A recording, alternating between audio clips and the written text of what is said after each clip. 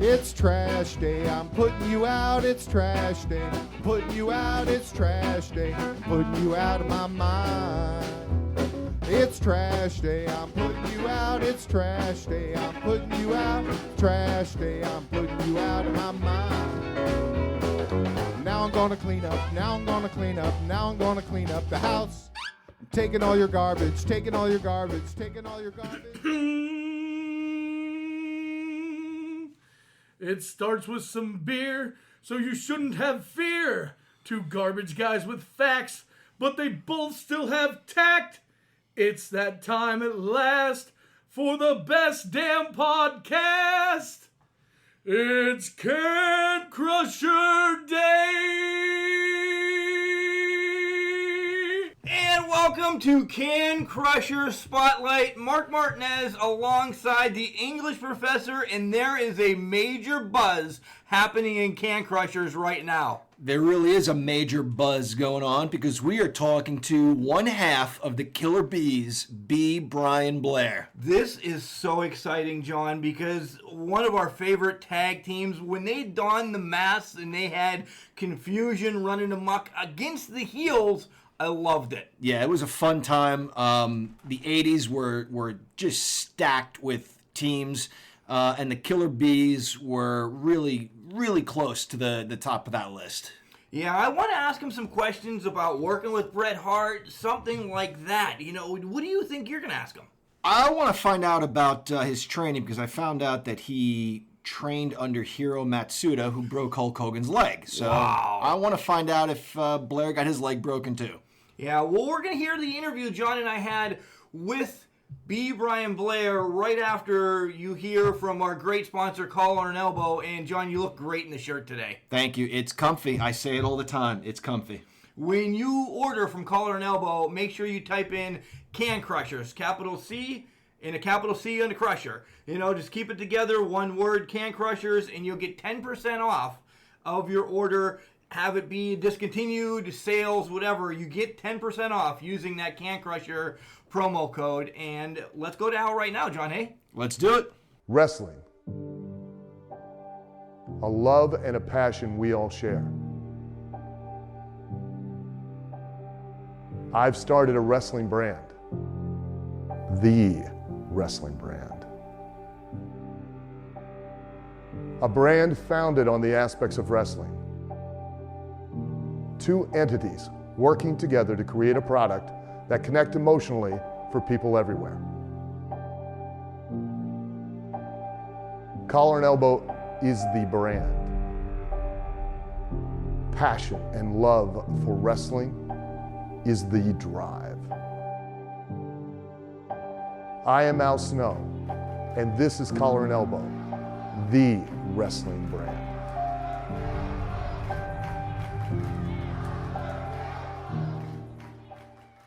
And welcome back to the Can Crusher Spotlight. This week we have a very special guest. Many of you probably remember him as one half of the Killer Bees, but he's so much more than that. His wrestling career, his personal life is so much more than that. I am speaking of B. Brian Blair. Mr. Blair, thank you so much for joining us today on Can Crushers.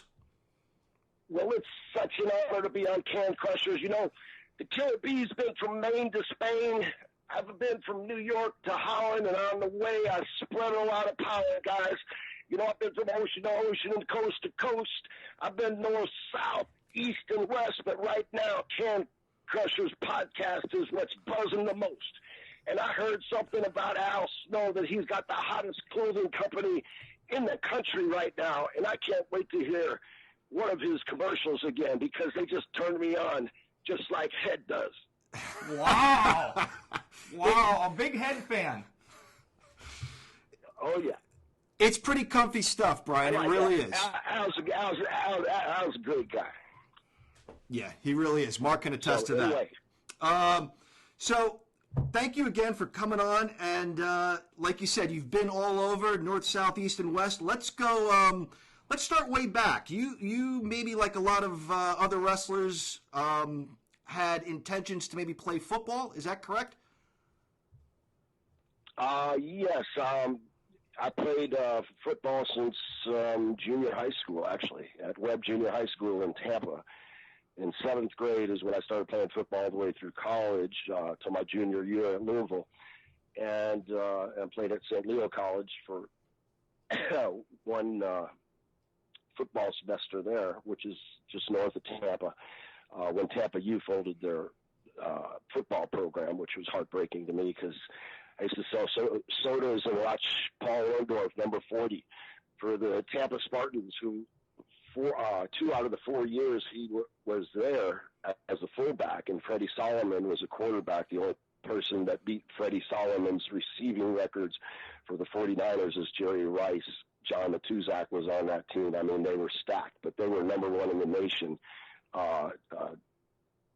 Division 2A. 2 out of the 4 years that Oscar was there, Oscar being Paul Orndorff, Mr. Wonderful. So anyway, from there, broke my heart. People gave away their scholarships. Louisville wanted me there. I went to St.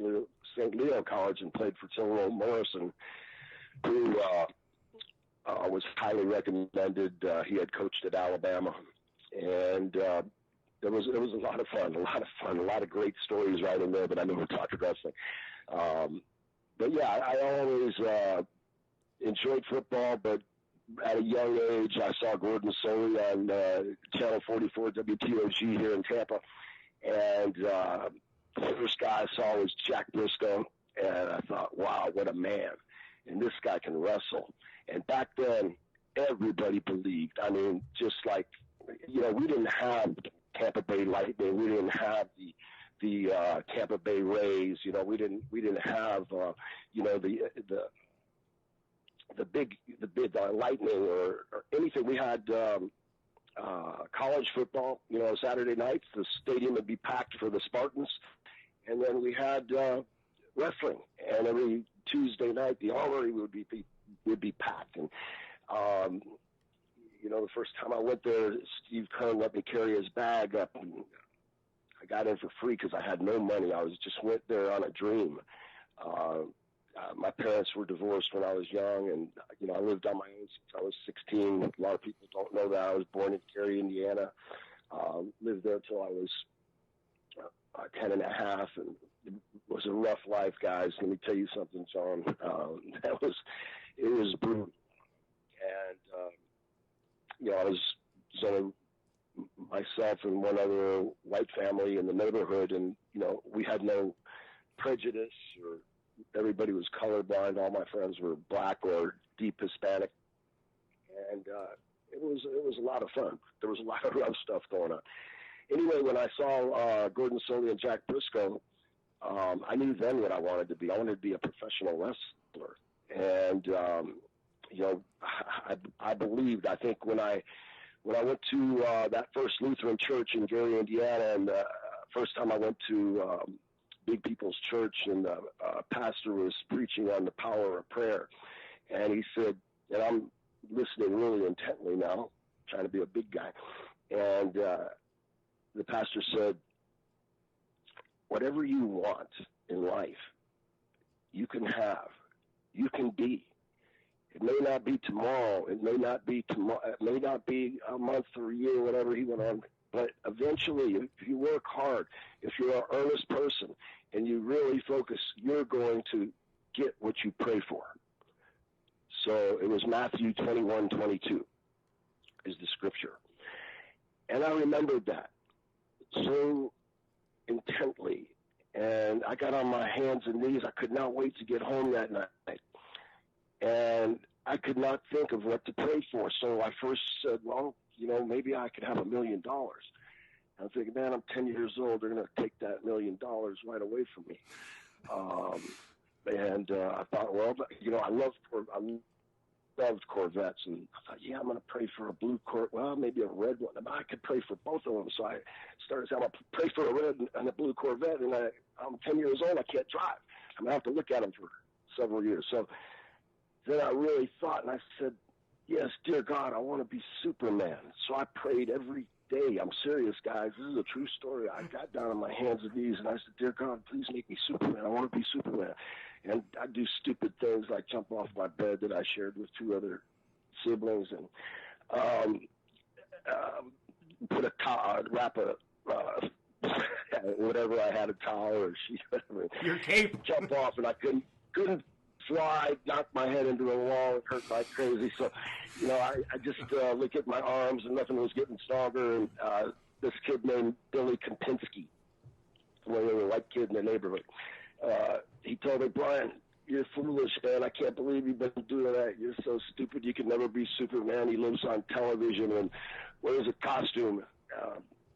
When I go speak to kids now, I play them a tape and I tell them this story, and I said, be careful what you pray for, because it just might happen. I really wasn't Superman, because that's just something that can't exist, as we all know. But I did become a superhero by being able to run the ropes like a speeding bullet, leapfrog a man with a single bound, have a 360-pound man jump off the top rope and land on my chest, get up, and do it all again. And I didn't have that red cape, but I had a pair of modified underwear that were black and yellow. And let me tell you something, it was just like being Superman. Wow, that is, I love it. That's a great story. Thank you. One thing I gathered from that, and I wonder if you have any advice for us, because Mark and I are going to a wrestling match tonight. How did you swing getting in for free, and how did you swing carrying Steve Kern's bag? Well, they had done, I was a pretty good wrestler, and Andy Hardy from Fox 13 was an excellent sportscaster, and then trying to think of the writer from the Tribune, our now defunct local paper that's morphed into a rag on the other side of the bay, the St. Pete Times. But anyway,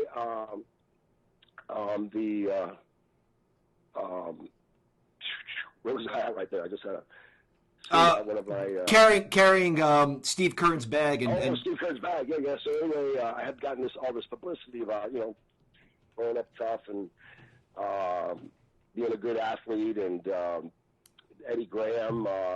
My senior year in high school, Eddie Graham brought Steve Kern and the Briscoes and Mike Graham to one of our dual meets, and I met them all there, and they were really nice to me. They were really supportive of youth athletics, and Eddie Graham was the promoter here, the infamous promoter. Right. Mike Graham being his son. He was a big supporter of the Sheriff's Girls Ranch and Boys Villas, and did a lot of community service. So just, being that kid that got a little publicity at a young age, Steve knew who I was. He remembered meeting me, and I was just hanging out and right by where the wrestlers come in just so I could see him. And he rolled down his window, and I said, "Hey, Mr. Kern, remember me from Tampa Bay Tech High School? Brian Blair." And he goes, I forget exactly what he said to me. And I said, is there any way I could get into the wrestling match? I don't know what gave me the nerve to ask him that, but I said, I don't have any money at all. He said, okay, kid, jump in. And I jumped into his car there, and he wheeled me to the back, and he goes, carry my bags. Get his bags and follow him up the stairs, and right away he said, okay, Scoot, go ahead, you got to go out there. So, I couldn't be around the dressing room. Everything was kayfabe. So right. He scooted me out. I got into the wrestling matches, and I've been hooked. I mean, I'm still hooked on wrestling. So, Mark, Brian's answer to that basically is he was a good wrestler and a good athlete. You and I are neither of those things, so we don't really have a chance of getting in for free tonight. Maybe we can just find somebody to let carry a bag or a rope or something in tonight. We'll give it a shot. We'd have to try this out tonight. We'll give it a shot. Just wear some really dirty clothes and get a sign that says, I will work for a ticket. That's great. I'll go roll around outside in the grass right now because it's muddy up here in Pennsylvania, so I'll fit right in with some of the people. There you go. Carry a spray bottle of Windex and a rag and wash some windows. Deal. It's going down tonight. Hey, Brian, tell us about... You gotta be an entrepreneur. You have to, yeah. You got to try different things. Tell us about... let me just say this. Sure. Something that all wrestlers need, new wrestlers need now, is they need a career coach, somebody that will teach them what to do with their money now, the most prudent ways to invest money, something that's approved, of course, by the board of the WWE, Vince on down, and or ROH or whoever else, AEW, whoever needs it, but the boys need it. And they're not going to just go out and seek it and be something that, you know, the boss is going to have to say, hey, you need to go to this weekend class and take notes and listen, you know, I mean, because there's a million ways, you know. I was a millionaire when I was 40 years old, and it wasn't, you know, a lot of it was from wrestling, but it was because, you know, I was an entrepreneur, opened up Gold's Gyms, learned about money, learned about deals. I flip houses. Man, I've got a $450,000 house at $440,000 house at 2406 North Boulevard that you could check out right now. But for sale. And, you know, you can learn to flip houses with little money. There's all kinds of things you could do, but they need that education because they don't have a 401k. They don't have anything for their future. And when wrestling's done, it's done. And that's why the Cauliflower Alley Club helps so many of these wrestlers that have never prepared for the future. And they've made a lot of money, and they think, you know, they got a little bit of cash in reserves, and all of a sudden the doctor bills hit, and they don't have insurance, or something's happened not to cause them to have insurance. They don't realize the importance of perfect credit. You know, things like this. It's something that every company should have somebody come to and make it mandatory that every young wrestler has that. Yeah, you brought up the Cauliflower Alley Club. Let's talk more about that right now. Can anybody get involved in this? Give us some more information about this, because we looked it up, and I'm all in for this, because what you guys have done entertaining us to become a life member and give back to my childhood heroes, it's well worth it. So dive into this for a while.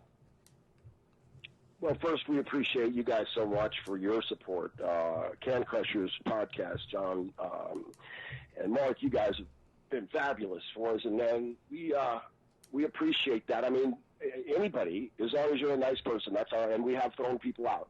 Just so you know, if you're not a nice person, please don't come to the Cauliflower Alley Club, because we only allow cordial people. So it's only $25. You can go to caulifloweralleyclub.org. And for $25, you become a member. You'll get 4 issues of a 4-color magazine that's absolutely awesome. They may even find your own picture there if you attend one of our reunions. The 55th is coming up April 27th through the 29th, our 55th anniversary. That's how old the Cauliflower Alley Club is. And we have helped thousands of wrestlers over that 55 years. And just in the last reunion, we have helped dozens of wrestlers. I mean, literally. And these are people that entertained us all. They were colleagues of mine, people that, you know, I've cheered for, you cheered for, or booed for, whatever. But they're good people that just happen to fall on bad times. And by joining the Cauliflower Alley Club, that's our mission statement.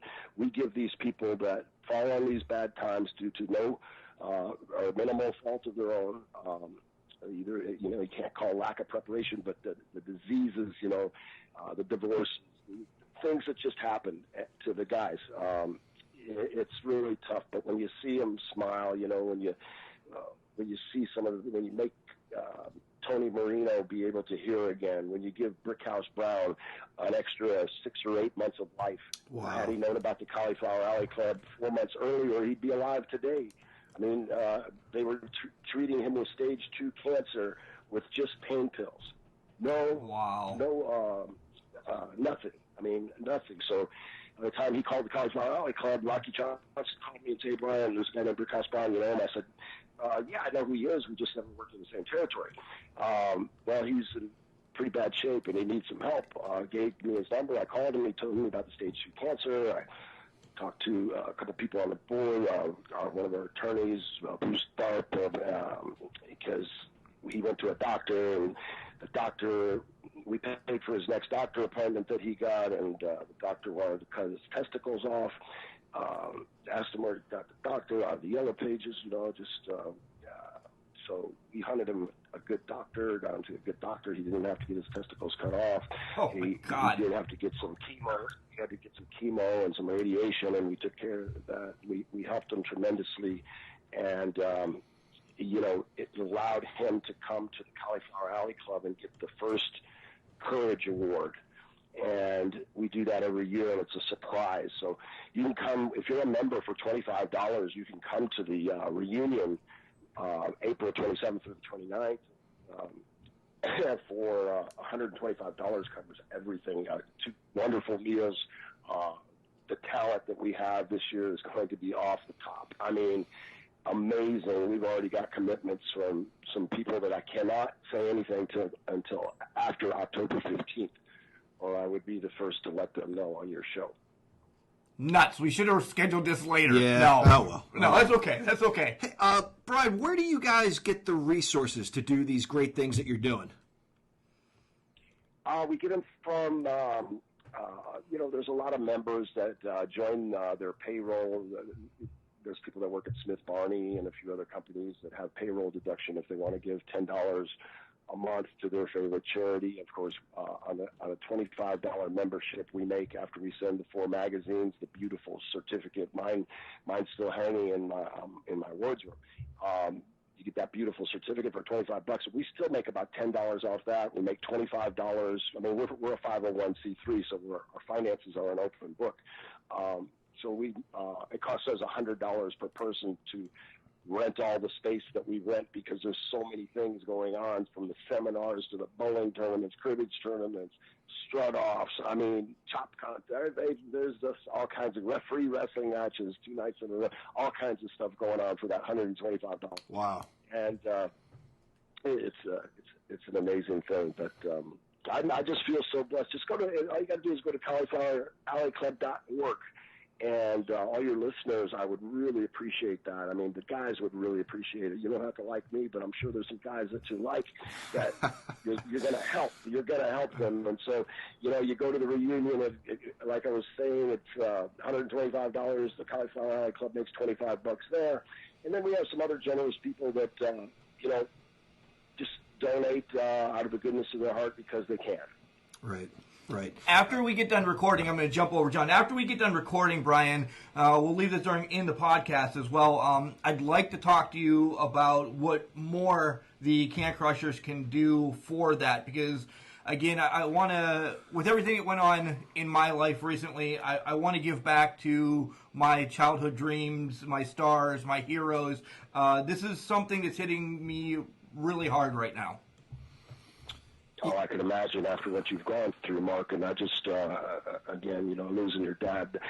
Steve Kern told me yesterday, not yesterday, because right now he's in Orlando with NXT. He comes home. He came home last night, I'm sorry. When I saw him before he left, which seems like yesterday, but it was actually 5-6 days ago. I just see Steve so often because he lives so close. Matter of fact, I'm sitting in my backyard looking over the lake, and I watch the airplanes go over his house, and I tell him about all the jet fuel that's dropping 3 miles away, because he lives right exactly west of me, 3 miles. So, and that's right in the flight path of Tampa International Airport. But he's got a beautiful home, but all the roofs are black. Anyway, I was just ready to tell you something about Steve again, and I had to go into that diatribe, but what did you say prior to that? About working together, Can Crushers and the Cauliflower Alley Club. Somehow, partnering up and getting something going. I know. And what I was going to say to you, Mark, is this. Steve said the most profound statement. He said, there's a quote by a very famous person, and it says, "You don't know what it's like to be a man until you lose your father." Right. And that just hit me so hard, because I'm very blessed. My dad's 85, and I went and played poker with. The only time I can see my dad is if I go play poker, and he's a super poker player, and I'm just I lose $100 just to go see my dad for a few bucks for a few hours. Yeah, I would lose $1 million. I would. Mark, of course. Mark and I, we've gone to a lot of expos, a lot of meet and greets, and we've met a lot of wrestlers that are in really good shape. They slim down a little bit. They look really healthy. But then, there are a lot of guys that aren't in that good a condition physically, financially, and otherwise, maybe through no fault of their own. So it's really nice to hear that people like you are doing good things, for some of your coworkers. Yeah, absolutely. This will be my 6th year as president and CEO, and it's, I do a lot of other things, but I just make sure that I get things done, and we have just a great group of people. They're all volunteers. Nobody makes a nickel. I mean, I pay for my own. I pay for everything when I go there, just like every board member does, every person that helps us and donates their time. These are real wonderful people that will sit and, Dean Silverstone, so many people. Carl Allen ran the business for 27 years and did a tremendous job. Of course, he gets a lot of, sometimes you get some heat in that position, but Carl's a tremendous man, and he's just struggling a little bit health-wise. But now Dean Silverstone, our secretary-treasurer, is our oldest serving member, and just the work that man does is just phenomenal. Every person on our board. Can you just hats off to? We're always looking for good volunteers because we put so much pressure on like our greeters at the door. When you come in and register, we'll have a line on Monday. And we try to get them through as quick as we can, and we need good friendly faces. And instead of making the girls, it's usually girls, guys, pretty girls too. So we're out. I'm just trying to enhance it. But no, I wasn't lying about that. But and there's a couple good-looking guys too. So we got it covered. And they're all friendly. And but to sit there for registrations open for 6 hours, we just split that up 3 hours and 3 hours between 6 people or 8 people, and it'd be nice even to split it up to 2 hours. Right. Finding people that come every year, they're going to be loyal, or most of the years, it's difficult. It's hard to run an organization where nobody gets paid, and to keep, I ran Gold's Gyms. I started one Gold's Gym and built 4 and sold the rights to 3 other ones. I owned all of Hillsborough County, but in that process, I went from my wife, myself, and Roselia Fret, and one other. We had 4 employees, and we went to 125, built up to 125, and to do that, so it's a lot of work. But when you're paying them, they got to jump. But when you're not paying somebody, you're at the mercy of their mood, and right. So we really need good, dedicated people that understand that nobody's getting paid. There's no perks.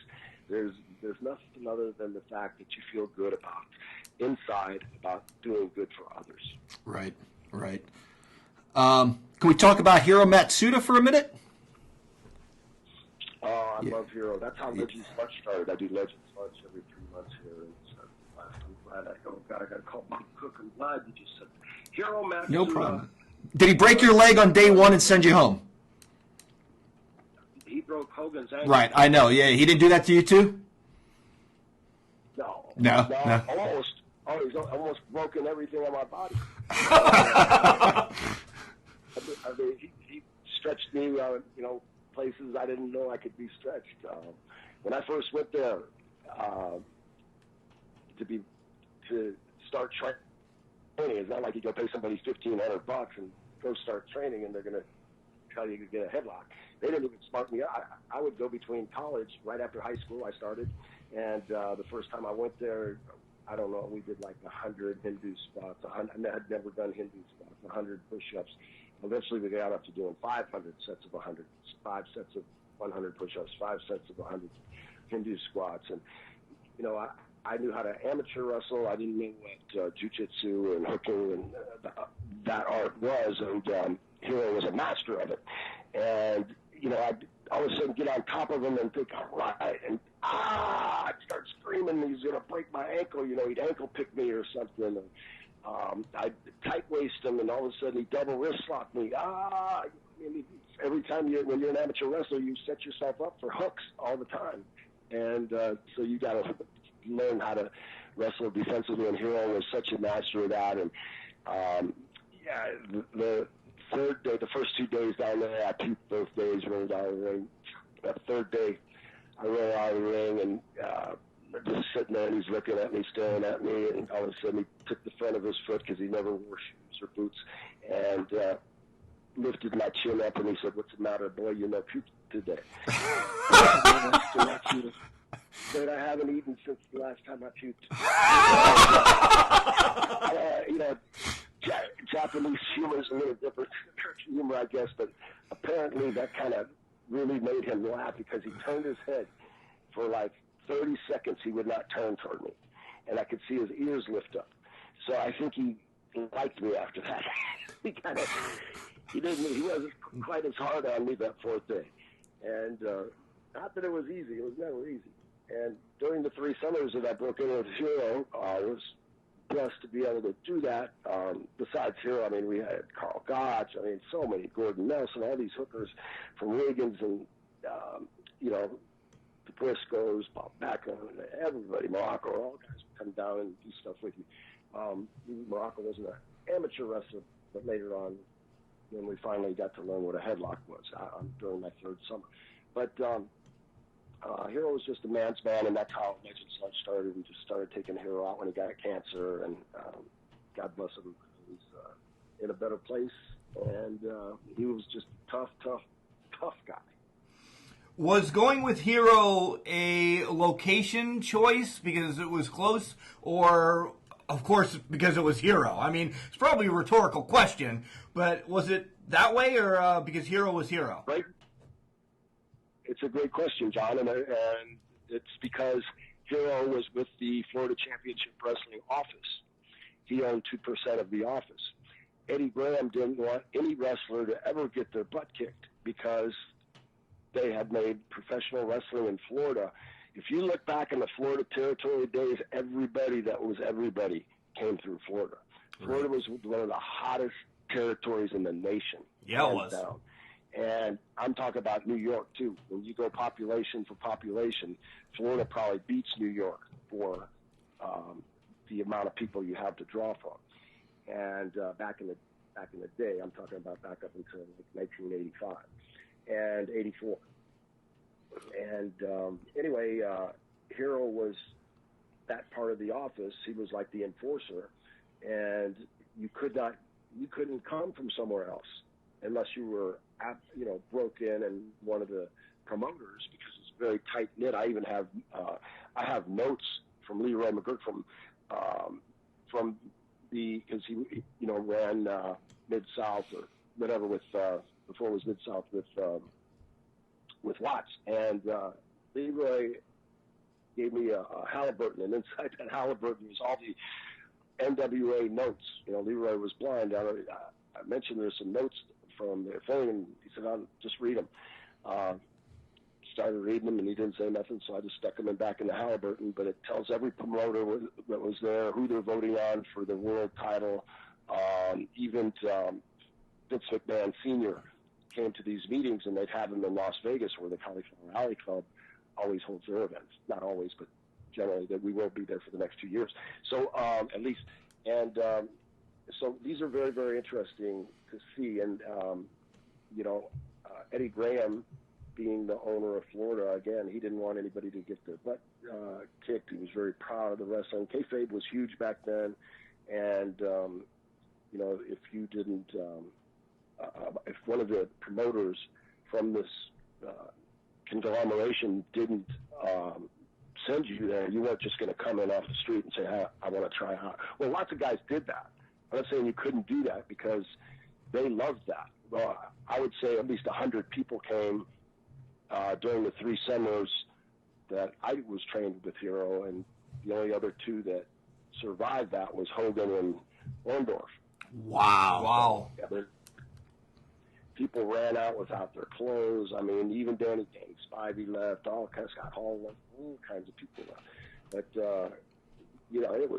it was brutal. I'm telling you, it was not easy. And once, after like my 3rd summer, then I had to be the guy to run everybody off and do all that stuff. So, Right. you know, everyone could sit back. That kind of answers my next question, Brian. I often wondered why Hiro Matsuda was so tough on his guys and so torturous, but that kind of answers the question. Is they wanted you guys to be tough. They wanted you guys to be able to legitimately defend yourselves. Absolutely. Eddie Graham said the worst thing for our business could ever be if one of you guys go out and get your ass kicked somewhere. And he'd tell us this. You know, he said, you know, don't be stupid, don't act stupid, but if you get in a fight, you better not lose, and I better not hear about it. Wow. And so that was ingrained, you know, through the owners of the championship wrestling from Florida, Lester Welch, Duke Fiumocco, Jack and Jerry Briscoe, Hero. Those were Gordon Soley, I think, at one time had 2%. And a lot of people thought he owned the company because he was the announcer. But the territories were great. You know, you could go, you know, from here to Kansas City or from here to New York or from here to wherever. You know, there was a territory just about in every state. One territory covered 5 states or whatever, 6 states. You'd go to Canada, go to Japan.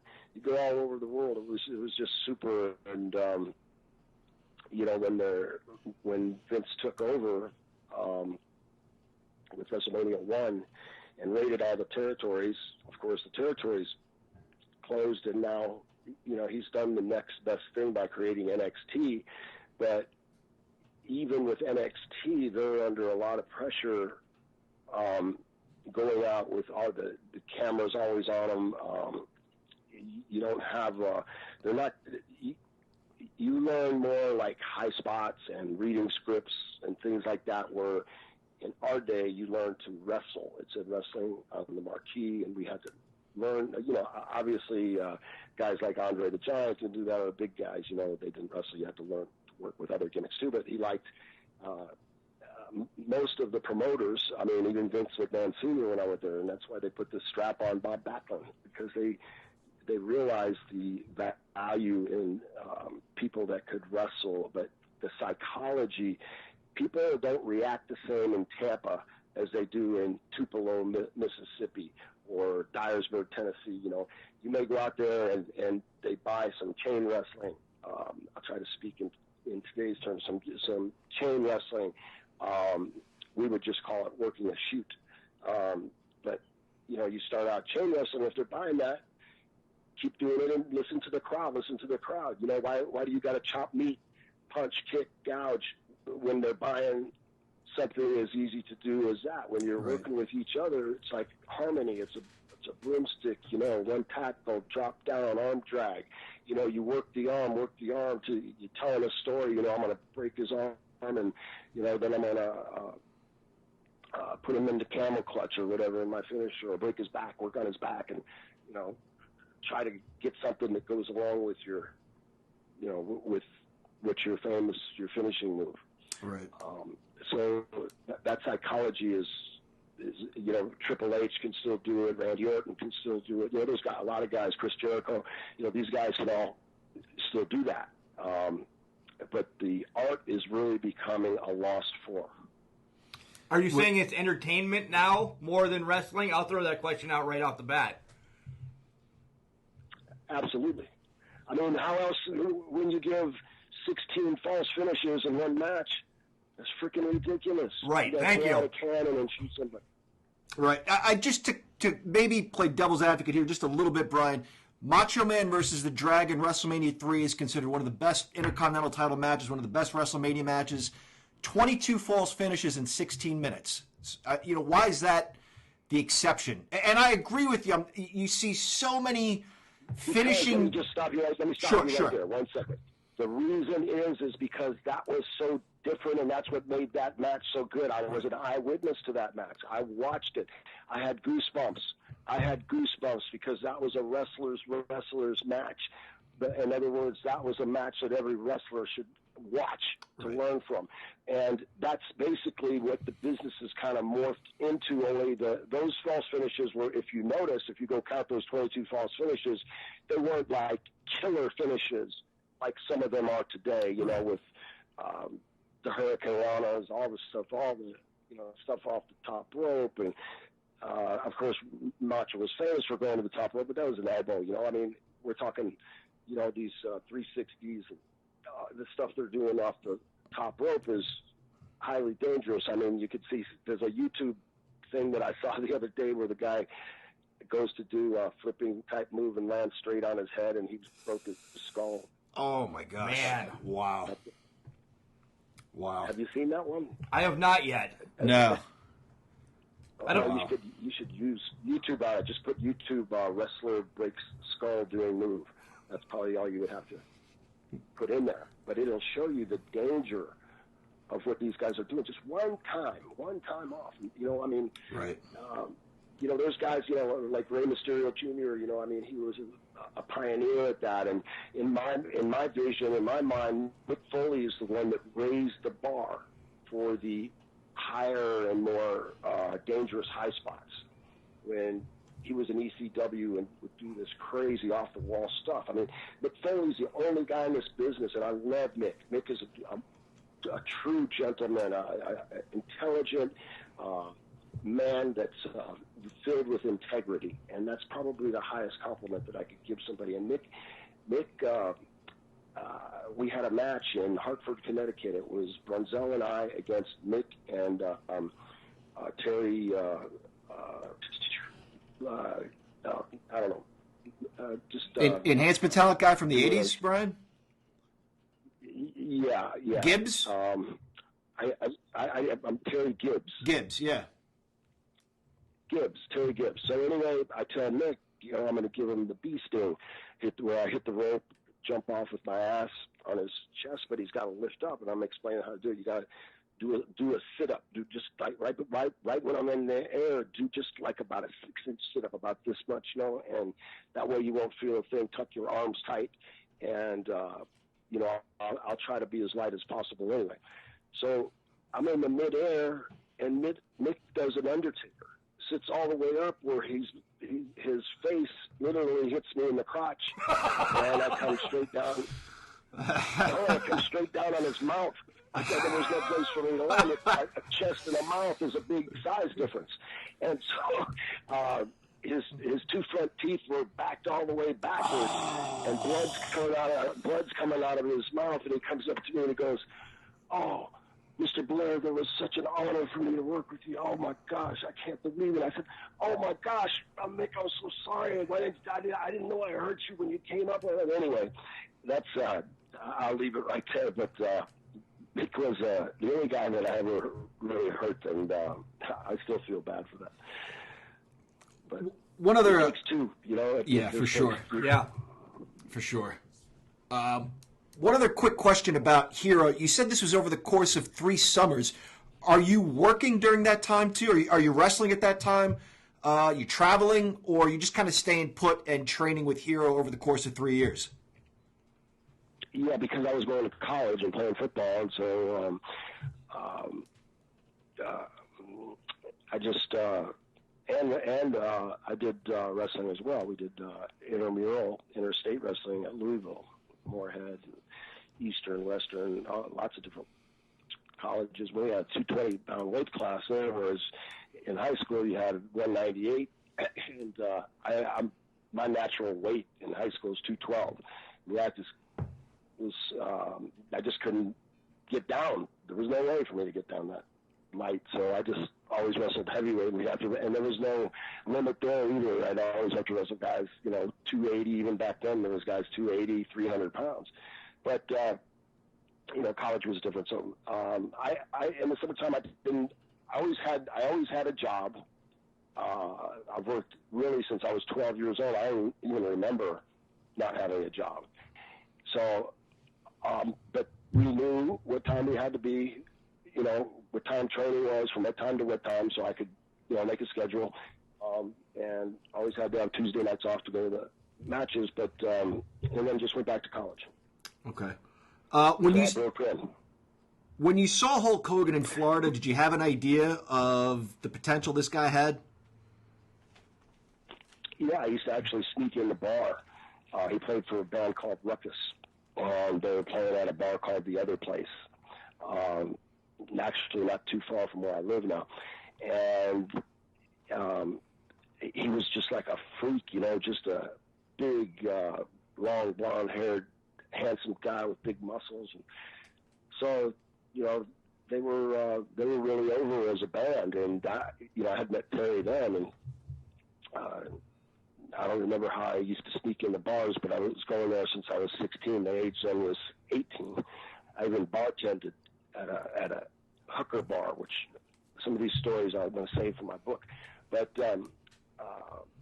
there was I did that for almost a year, and that was crazy. That was my senior year in high school.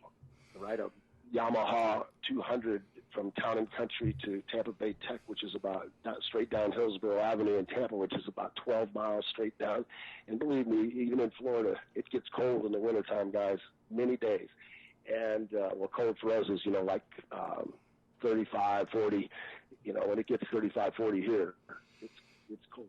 And I'd still ride my motorcycle every day and work every night. And I was making like anywhere from $700. I worked till 3 in the morning, get up, be at school at 9 o'clock or 8:30, whatever time the class started, and did good in school and all that because I was just so motivated and wanted to be successful so bad. We're in the greatest nation in the world. I mean, if you want to be successful, you can be successful.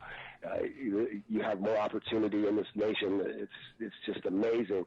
For me, I'm into politics, but for me to watch, Hong Kong, which was a thriving democracy now, and there's riots on the street because the Chinese now want to take over early and make them just attach them to the communist nation under their laws, and you can see how valuable your freedom is. So don't let anybody ever sell you into socialism because it's a dead end. You look at Venezuela, they were the largest economic engine in South America.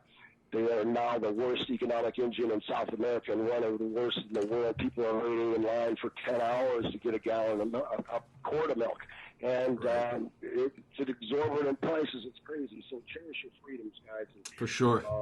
Look at both sides of the aisle before you cast your vote, because this next vote is going to be critical for America. Right. Oh, yeah. Hey, I wanted to ask you, you'd mentioned Florida being a hot territory, which it absolutely was. You went through Dallas for a period of time, too. Is that right? Did you work for the Von Erichs? Oh, it was one of my favorite times for at least a year and a half, yeah. Yeah. About a year and a half. I went there after Leroy tried to shoot me in Oklahoma, and I was already going there that night. And, I was getting a divorce. I was married for a year to his daughter, Mike. We're good friends now, and she's a super girl. Just was way too jealous back then, and she'd be the first one to say it. The ring announcer for the World Wrestling Federation in the 80s, right? She was a ring announcer in the 80s for the WWF. Yes. Yeah, absolutely. Yeah. Okay. Go ahead. Sorry. Yeah. Yeah, and so I had stopped to say goodbye to Mike. Had just got done beating the crap out of Doug Summers in Leroy's office, and because I found out that I used to let him ride with me and stuff, and then we're getting a divorce, and find out that he's banging her or whatever. So it really pissed me off that somebody that was supposed to be my friend would do that. And I was on last wrestling for the World Junior Heavyweight title with Ron Starr. I'd come out of the arena there in Tulsa and go into Leroy's office, sweaty and everything, and all of a sudden Doug Summers walked in. And anyway, Leroy was pissed because all of his a bunch of his trophies were smashed. They fell off the wall. I don't know if they were smashed or not. Somehow there was always a stooge around there, only wiki, or there's a stooge in every territory. So anyway, he was already stooging. So I go to about midnight or so, whatever time I get over there. The only thing I'm taking, put $80,000 on a house. I didn't want nothing. I just took my 17-foot Caravel inboard outboard boat, my 72 Lincoln Continental that I had since I was in high school, with some great stories with Andre and Dusty in it and many others, Orndorff. But anyway, it was a great car. and $500 and some clothes. I took that and left. Went to the Von Erichs. But before I went to the Von Erichs that night, I stopped just to say goodbye, to Mike, and I knocked around the door. Leroy comes to the door. He says, "Who is it?" I said, "It's Brian." He said, "You about this really runs the cuss words at me, bang, bang, bang." And I'm thinking, I just want to see Mike for a minute. Can you just tell her I just want to say hello? He said, "Get that amp out of here," and slams the door. So I go out and back out in the driveway, walk around the house, kind of got like an inset front door. So you walk around the brick and then you knock on the door. So I wait for about, it seemed like 30 minutes. And I said, "Man, I gotta think about it." So I go knock on the door one more time. All of a sudden, the door, just screen door, pops open. Leroy's got his hand behind his leg, his right leg. And I said, "Leroy, can I just speak to Mike just for 1 minute?" All of a sudden, he raises that gun, and when he did, I kind of ducked and went to the side as quick as I could behind that brick on the other side. I hear blam, blam. He opens the door, blam, blam, blam. Shoots that gun, I don't know, 4 or 5 times. Just misses his front tire of his Lincoln Continental there. I could see the grass pop up.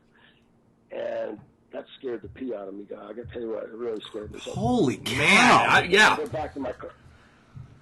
Good thing he's blind, right? So, I mean, it's not enough time for me. So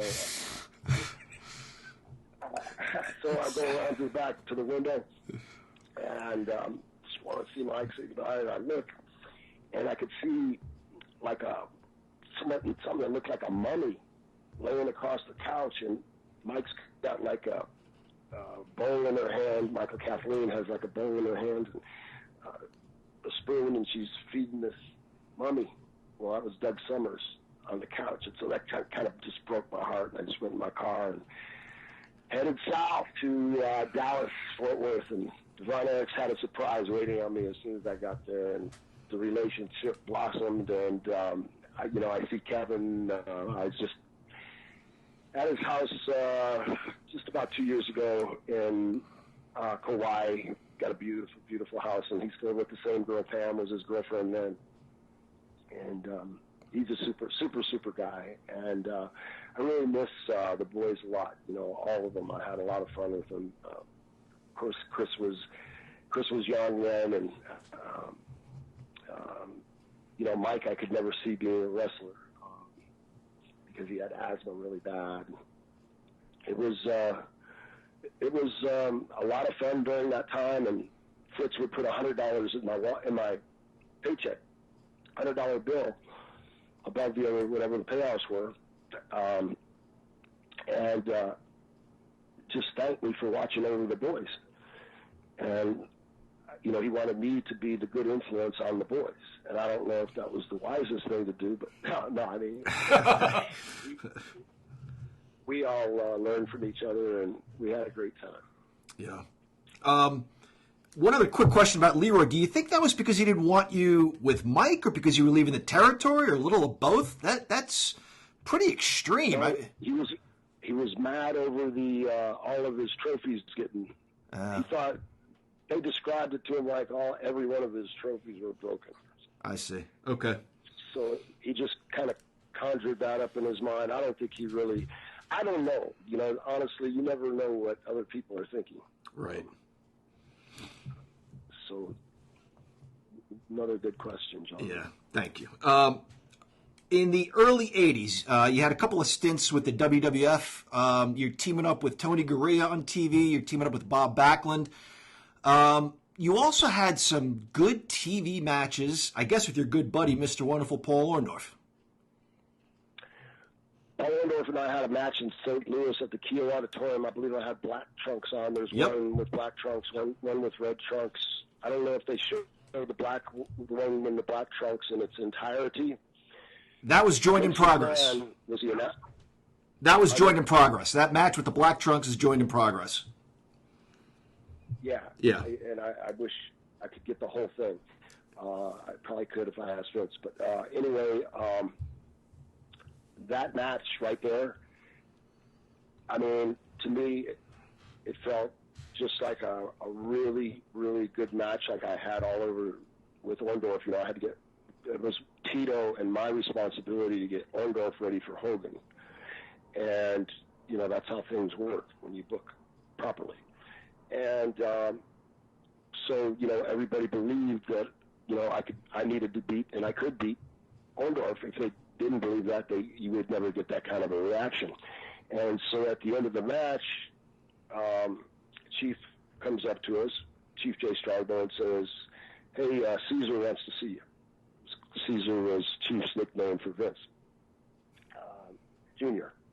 So we go up to see Vince Jr., and he got a huge smile on his face. And he puts his hand on each one of our shoulders, and he said, I want to tell you guys, and I'm not kidding you, that was the best match I've ever seen in my life. And when he said that, I mean, I asked Paul, you know, shortly after, did that feel good or what? He said, hell yeah, that felt good. And that was one of the greatest compliments I've ever had in my life. For Vince Jr.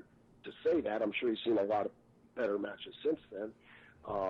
Just go to WrestleMania 3 to the Steamboat match. But, I mean, the people, if you watch that match from the beginning, they were standing up after 2 minutes.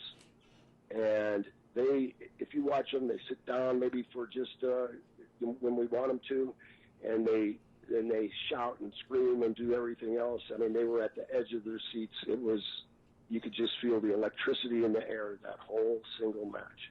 Everything was just like, when you know, the Kiel Auditorium is a great place, 20,000 people. You know, it's an amazing place to, and a really hot crowd. You know, so at least it was then at that time, and you know, we were really gearing things up to make them what they are today. Yeah, I've recently rewatched that, and it holds up, Brian. It really is a very, very good match between you guys. I mentioned you had some tag team partners, obviously, before Jim Brunzell. Were they thinking of putting you in a team with Bob Backlund or Tony Garea? Was that just maybe to fill TV time, or did they have bigger plans for those teams? You know, I really don't know. The only thing I know is that Jimmy and I were promised the belts 3 times, once by Vince, twice by George Scott. We thought we were winning them at the Saturday night main event. We beat the Hart Foundation. They changed it in the booking from to a non-title match, and George would come and just say, you know, the money's in the hunt, guys. The money's in the hunt. And I would say, George, look, that's true, but sooner or later, if the fans don't think you're going to win, they're going to give up on you. That's the way the psychology works, and you know that. And because I would tell them, you know, man, mano y mano. You know, I guess that's why I've got a lot of respect in the business. I tell people the truth. And, you know, you try to sugarcoat the bad things as best as you can, but you got to get your point across somehow, or you're not going to get it across. And I never knew until we were doing a podcast about 6 months ago, Jimmy and I had never known that Jimmy Brunzell sued Vince prior to getting into the WWF at the time, WWE. So there was heat right off the bat there, and you know, there was a couple other things where, you know, for some reason Jim and Vince just had friction, and you know, it was Hogan's idea to put us both together. Hogan, I mean, I already knew I was going back. You know, this was, you know, they really liked me there. As a matter of fact, a lot of people don't know this, but Vince McMahon Sr. is the one that said, you need to be B. Brian Blair on the second time when I came back. Or right after the second time. He said, Brian, you need to be B. Brian Blair. And because Vince McMahon Sr. was so good to talk to, so encouraging, so uplifting, never lied to you, straight-faced, respected everybody. And because he knew my nickname was B, derived from Bieber, which my mom called me. Nice. Story. One time she called Betty Colt before my first match, because we lived in the same apartment complex. and my mom was friends with his wife, and so and I'd babysit his kids to make some extra money. She calls him up before I'm having my first match and says, "Hey, Betty, don't let those guys hurt my Bieber." I couldn't believe she called the office and did that to me. And so Betty called. There's Dusty sitting around, the Briscoes, Johnny Valentine, just all kinds of Lou Tillett, all the guys are. And Betty says, "Hey, I just got a phone call. Who's working with Blair today?" Mrs. Blair says, "Don't hurt her Bieber." That's strict orders. And now everybody starts busting out laughing. Oh my gosh, Dusty's goes, "God damn, Beeper." He said, "Beeper." So it went from Bieber to Beeper. So now the Briscoes call me Beeper. And anyway, Vince Jr. had heard that. I mean, Vince Sr. had heard. And he liked the nickname B, and he called me B a lot. So he said, "I want you to be Brian Blair." And I said, "No, that's great. Because there's a lot of Brian Blairs, but there's only one B Brian Blair." That's right. That's right. There is only one. So who thought of the mass confusion with the Killer Bees with you and Brunzell? That would be Billy Red Lyons. Billy Red was great. We were up in Canada filming. We did win the Jack Tunney tournament up there when Mr. T was our manager. And Jimmy and I are really still to this day. When we go to Canada, go to those Comic Cons, the lines are just nonstop. I mean, that's the best place in the whole world for us as far as the fan base, and Toronto and that whole area, Ontario province. So we did TV there, and we were getting really getting over.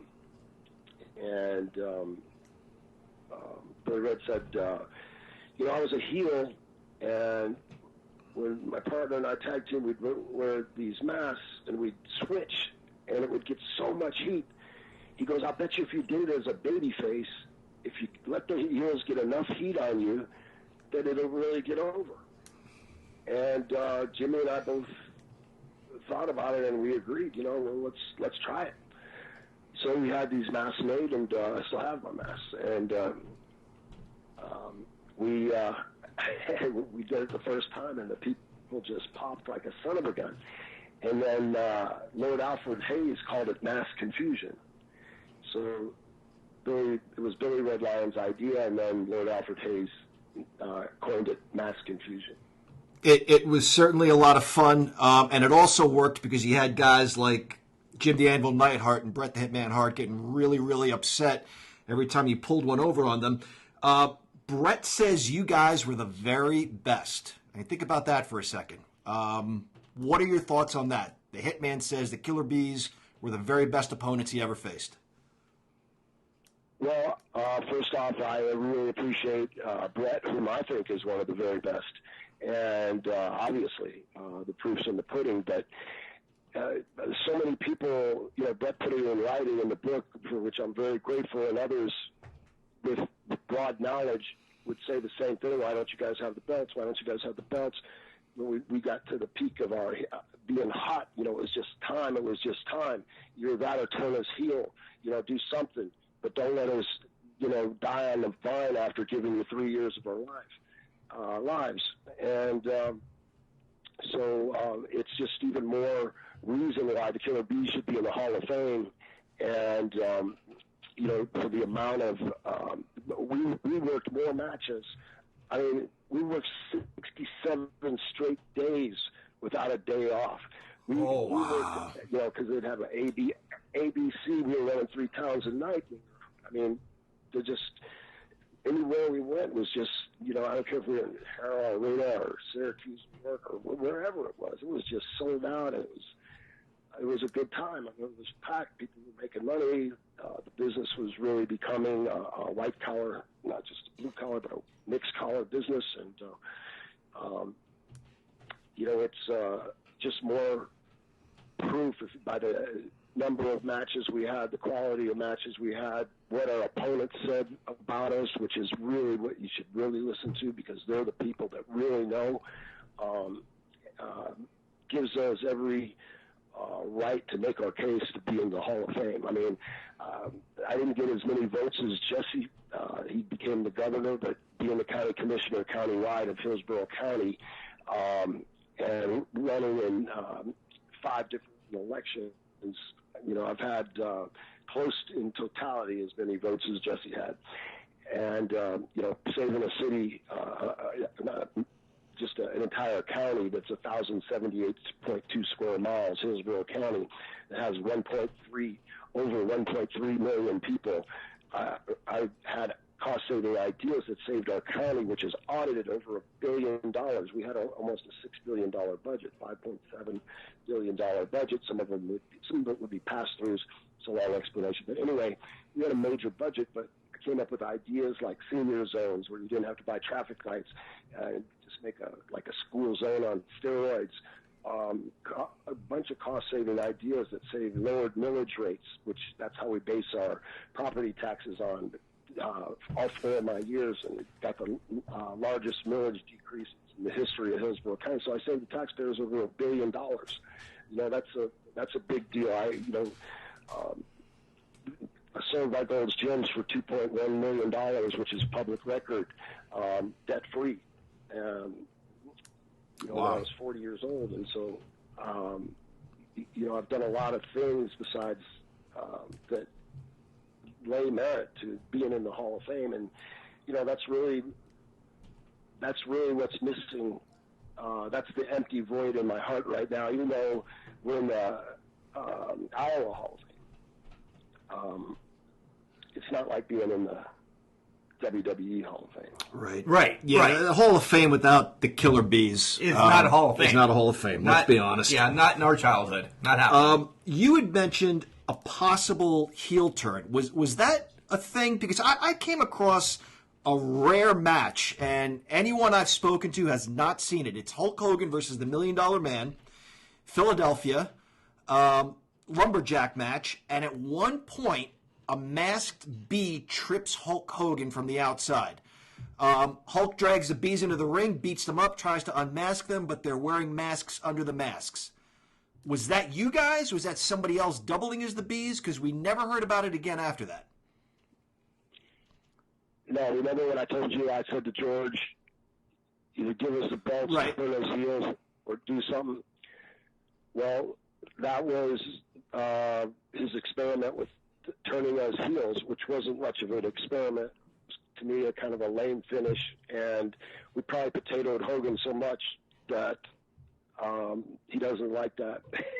I know, I love Terry, believe me, I love him like a brother, but I think we potatoed him a few times. So I don't know what really put the kibosh on that. I don't, but I wound up giving my notice in Salisbury, Maryland before WrestleMania 5. And, you know, Vince was very, very kind about it. I just said, you know, we've got a lot of tag teams here, Vince, and, you know, I could see the writing on the wall, and, you know, I've got the entrepreneurial spirit. I'd rather go see what I can do in the private sector. Right. And he said, well, the door's always open, Brian, and, you know, he's very kind about it. Bada boom, that's where we left it. And I don't really regret a thing because I worked more and at my time without somebody telling me where to be and what to do, and without having that pressure, we worked more. I had, you know, my deal in Japan for New Japan Pro Wrestling. We were going to Singapore, Malaysia, the Bon Era, Aruba, Curacao. We were going all over the place. Just wrestling was a couple of years behind on the on tapes on the circuits. It's like being fresh, you know. You go to Singapore and see 48 cutouts of, you know, the Killer Bees, and the town's buzzing, and it's just really exciting. You know, that excitement was back, and, you know, we've made a lot of money, and thank God for the wrestling fans now that enjoy seeing the legends. It's so nice to go, like, on the 26th, I'll be in New York. In New Jersey. I was just in Monroe, New Jersey, a couple weeks ago, and we'll be back. It's about an hour from Newark. I'm trying to think of the town we're in. I'll mention it in a second here, but it's nice that the fans still appreciate the legends. What they call the legends, anyway. Right. And I really do appreciate that. It's so good seeing. You see people that, hey, look at this picture. I took this picture with you when I was 10 years old, and you look at it, and fans can bring you some of the coolest stuff, and just you interact and have such a good smiley face, good time. Everybody's always kind there, and we have a great time. Doing these things, and I'm just glad the market's there for it. Yeah. And you mentioned the fans were buzzing for the bees. I don't know if you intended to say that, but that was pretty clever, that they were buzzing for the bees. Anyway, that was pretty horrible good. dad puns, Yep, right? dad Horrible jokes. dad puns. Were you with the barber during his accident? Is that true? You were with Brutus Beefcake during the parasailing accident? Absolutely. Yeah. Absolutely. And man, what was that like to witness?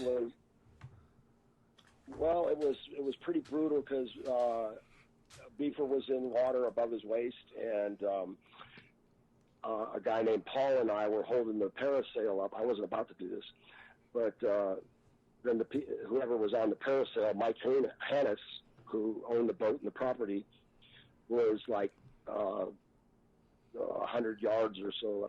We're in a big lake in a professional ski boat. Maybe 50 yards. It was at least 50 yards, more than that. So somewhere in between 50 and 100 yards, because the parasail's got to go really high. And so you run. When Beaver tells Mike everything's ready, we tell Beaver, okay, she's ready or he's ready. He puts his right hand down, and then he turns to the right, so that he's out of the line of fire in case somebody doesn't get lift. So everything was going great that day, and a guy named Ed Barbara's girlfriend, Tracy, it's her turn. She's maybe about 120-pound, 5'3" blonde girl, small girl. She gets up, and for some reason, being that light, I don't know what the deal was, she didn't get the lift, and she's still about 5 foot off the ground, and 5.5 foot off the ground, and Beef's in that water, and somehow he decides to turn to the left, and she didn't have enough height. She dropped just a little bit in height, and you got to realize there's about 25 yards between her and Beefcake, and so the lift wasn't happening, and she puts her knee up, and the knee became a battering ram, and her right knee hit Brutus right square in the middle of the face, and he dropped just like a acorn out of a tree, and he was disappeared. So I ran, jumping in the water. Paul was somewhere on my heels, but I grabbed him, and I pulled him up, and then Paul was there, and we sat him up, and I hit him on the back, to get the water out, and I tried to put my finger in his mouth, and he's still conscious, barely conscious, and he's trying to talk, and I can't hear him talk. We can't hear him talk. And then he hits, I said, lift up here, let me get my finger to clear your throat, Beaver. And I said, open your mouth, and it sounded like it's open. And I pulled his lips apart, and his front teeth were laid on top of his bottom teeth. Oh, my God. Wow. So I had to manually lift up his teeth and push him up as gently as I could, just to make sure his passages were clear. And, the ambulance came, and that's exactly what happened. Wow. Oh, my God. Unbelievable. Holy cow. Just one more quick question for you here, Brian. You you were out of the business for a little while, and I think that's when this incident with Brutus Beefcake happened, is maybe when you were away from the ring. You came back, and I think you were out west somewhere, right? And there were a lot of familiar faces, Billy Jack Haynes, Don Morocco, Cowboy Bob Orton. Well, we did the UWF. Yes, the UWF. We became the world heavyweight tag team champions for Universal Wrestling Federation. With Herb Abrams, Dr. Death, Steve Williams was the heavyweight champion, and that was a lot of fun. But we did so many other things. It was amazing. I'm surprised some of the other tapes from some of the other places aren't on YouTube. Maybe they are. I don't know. I don't have the 24/7 wrestling thing, but I should get that. From what I understand, you can watch a lot of cool stuff on that. Yeah, the WWE Network is amazing, but there's other ones out there too that you can just dive into farther back, or indie ones. This whole streaming idea of bringing wrestling to people like us. When my mother named me Mark, she duly named me Mark. I am a Mark for everything, and I subscribe to all of them. They're amazing. You never have to watch anything but wrestling. Mark's a great name. Mark was a great apostle. So, that's right. That's an honor to be named Mark. That's right. I agree. Mark is just an old slang name. I mean, I never even really cared for that name. Everybody was wrestling fans.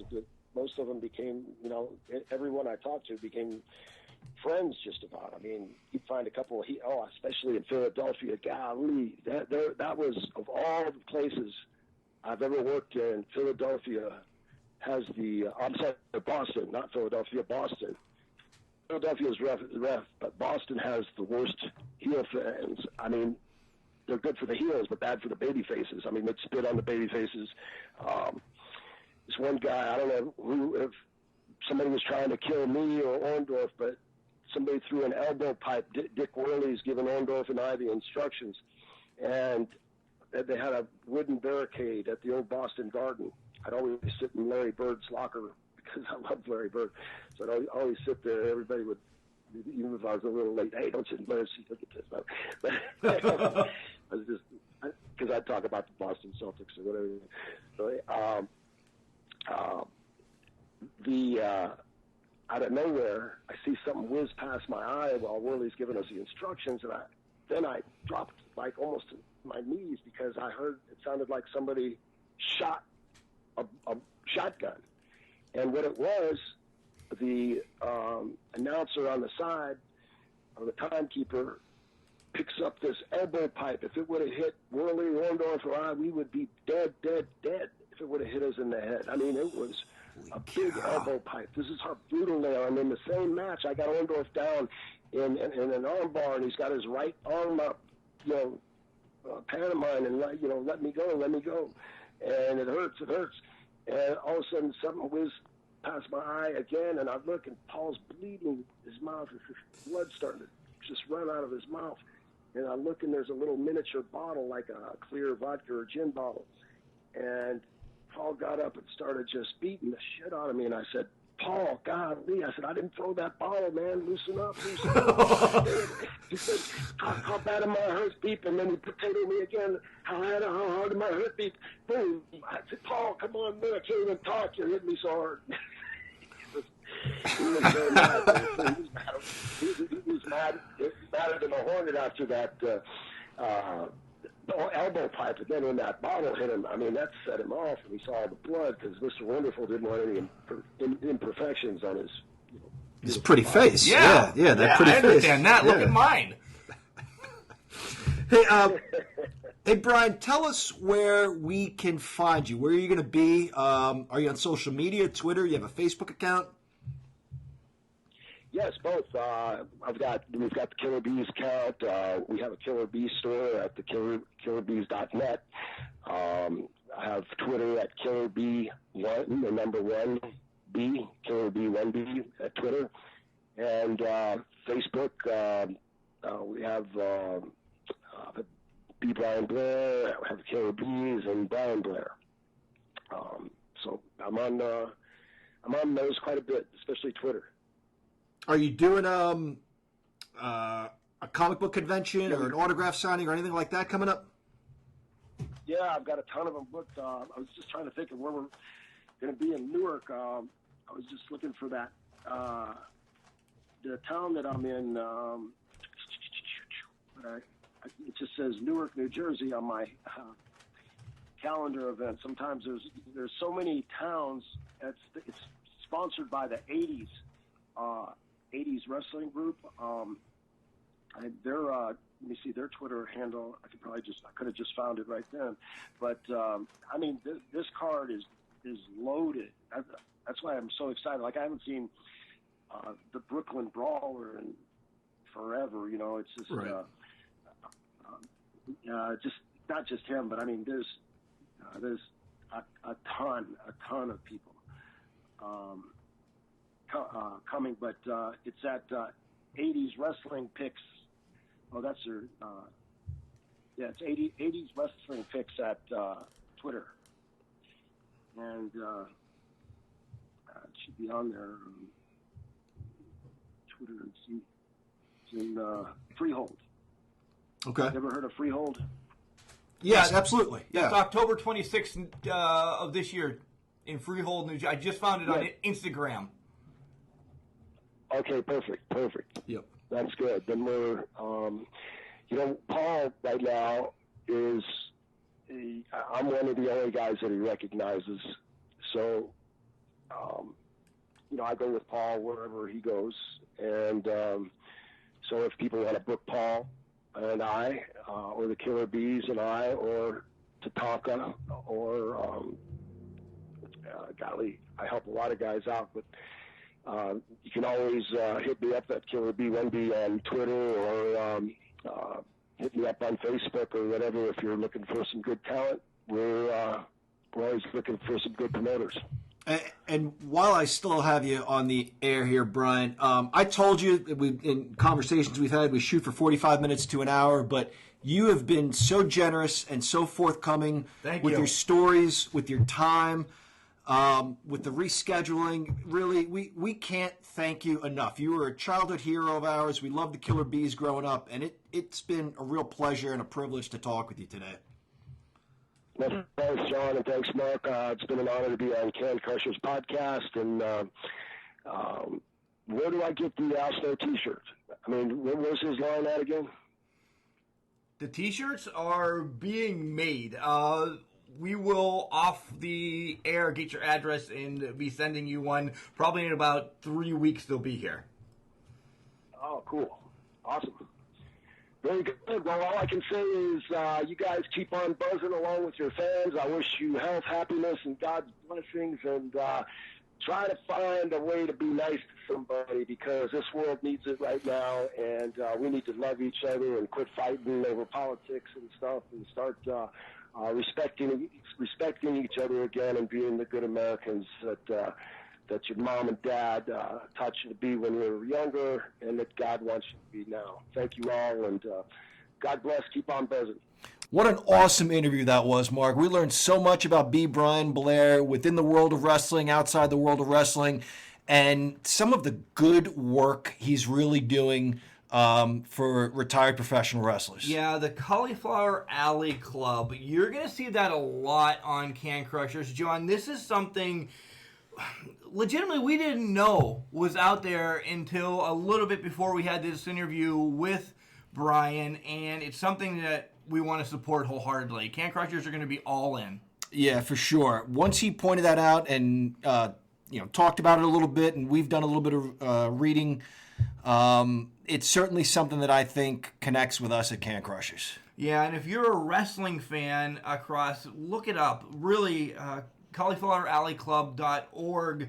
And if you can do anything that Brian talked about in the podcast, that's amazing to help out your childhood or realistically future stars. For sure, yeah. And they're working on some things, not just for the wrestlers that are retired, but also for those wrestlers coming up, so that maybe they don't make some of the same mistakes that wrestlers made in the past. Favorite story though right now from Brian's podcast? What was your favorite part of this? Holy cow, favorite story. There are a lot of them, so that's a tough question. What blew my mind was Leroy McGurk pulling a gun on him. Yeah, that's where I a was bit going. much. That's a little much. That's where I was going too. Holy moly. And he was blind. Yeah. So shooting literally in the middle of the night going nuts. Yeah. Fortunately, as Brian said, fortunately for him, McGurk was blind. Working with Hero, and I got my answer on the mass confusion. This was a great interview, and I want to thank Brian for spending as much time. And as you heard during the podcast, they had to reschedule because, things that happened on my end, and it was just wonderful that these guys give the Can Crushers their time. Yeah, he's just, as I said before, was so generous and so forthcoming with his time all the way leading up to this. Phone calls, texts, one of the nicest people I've ever met in wrestling or outside of wrestling. Just a good human being. Yeah.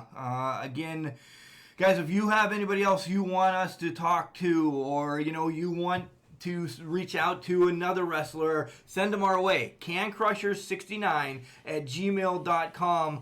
We love these spotlights. I'm a mark for a reason, and the English professor, John, is as well. So, John, you have anything to wrap it up with? This was a thrill. Thanks again, B. Brian Blair. And remember, John, just because you're trash doesn't mean you can't do great things. It's called a garbage can, not a garbage cannot.